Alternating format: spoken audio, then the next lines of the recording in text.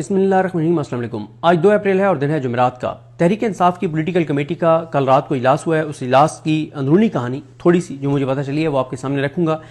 फैसला उनका पहले आपको बता देता हूँ। तहरीक इंसाफ की पॉलिटिकल कमेटी ने यह फैसला किया है कि 9 अप्रैल को लियाकत बाग में जलसा किया जाएगा और उस जलसे में आइंदा का लाएमल दिया जाएगा।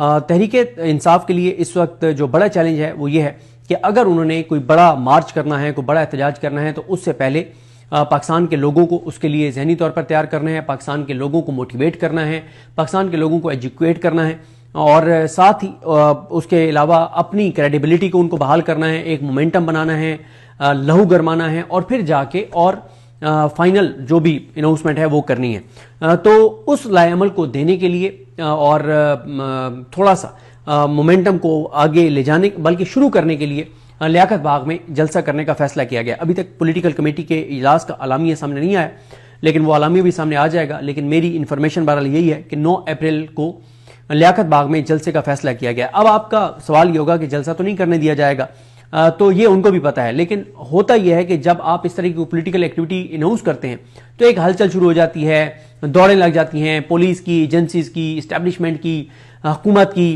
किसको कैसे रोकना है, एक मतलब उनकी एक कोशिश शुरू हो जाती हैं और साथ ही एक डिस्कशन शुरू हो जाती है, टीवी चैनल्स के ऊपर बात होना शुरू हो जाती है, सोशल मीडिया पे बात होना शुरू हो जाती है, एक एक्टिविटी शुरू हो जाती है। तो आप थोड़े से रेलिवेंट